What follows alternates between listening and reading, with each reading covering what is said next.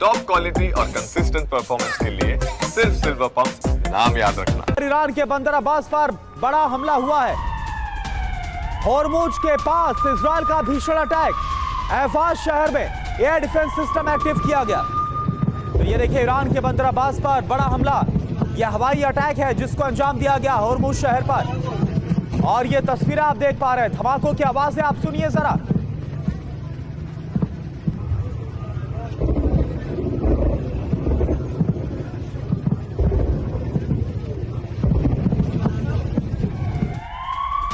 और एक और बड़ी खबर, ईरान के पोर्ट सिटी पर आईडीएफ का हमला हुआ है। बंदर अब्बास पर ड्रोन अटैक किया गया। गैस स्टेशन पर इजराइल का हमला। फॉक्स न्यूज के हवाले से खबर। तो जो ऊर्जा ठिकाने हैं, जो गैस सप्लाई है, वहां पर भी बड़े हमलों को अंजाम दिया जा रहा है। तो राजपुरोहित सर, एक तरफ लगातार जो ऊर्जा ठिकाने हैं जो कि एक बड़ी ताकत भी है ईरान की, उसको टारगेट पर लिया जा रहा है। दूसरी तरफ हम ये देख रहे हैं कि पूरी ताकत अमेरिका ने डिप्लॉयमेंट में झोंक दी है। ये क्या बतला रहा है, कैसी तैयारी आपको नजर आ रही है? ये देखिए, मैं इसको मल्टी प्रोंग अटैक के तौर पर देखता हूं कि एक तरफ इजराइल को एयरफोर्स के जरिए, ड्रोन्स के जरिए पूरी मदद की जा रही है ताकि वो एरियल अटैक्स कर सके, और हमने ये विनाश ईरान में देखा है।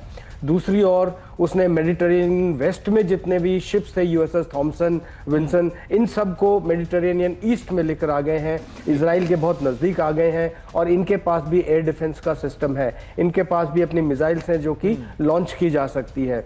दूसरा, अरब सागर से जो शिप्स आपने बताए, ये सारे हूती के खिलाफ स्ट्रेट ऑफ हॉर्मुज को खुला रखने के लिए और ईरान में विनाश करने के लिए इस इलाके में लगाए हैं। और आपने बाल्टिक के अंदर जो शिप और पनडुब्बी बताया, ये नदर्न सेक्टर से इसको कवर करने के तौर पे है। ये तो था एक ईरान की बात।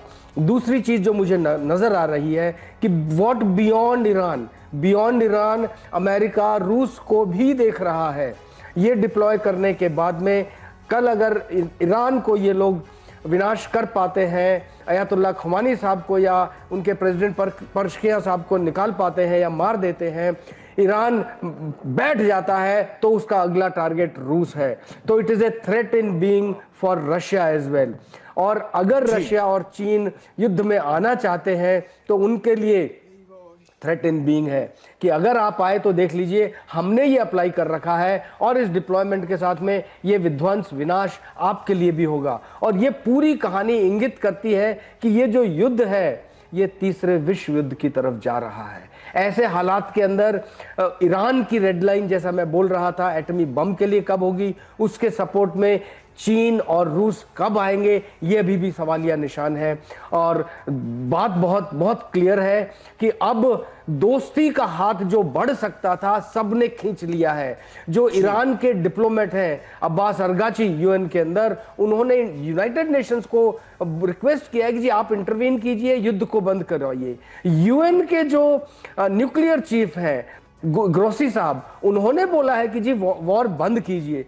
चीन की तरफ से स्टेटमेंट आ गया है कि ये लड़ाई नहीं होनी चाहिए।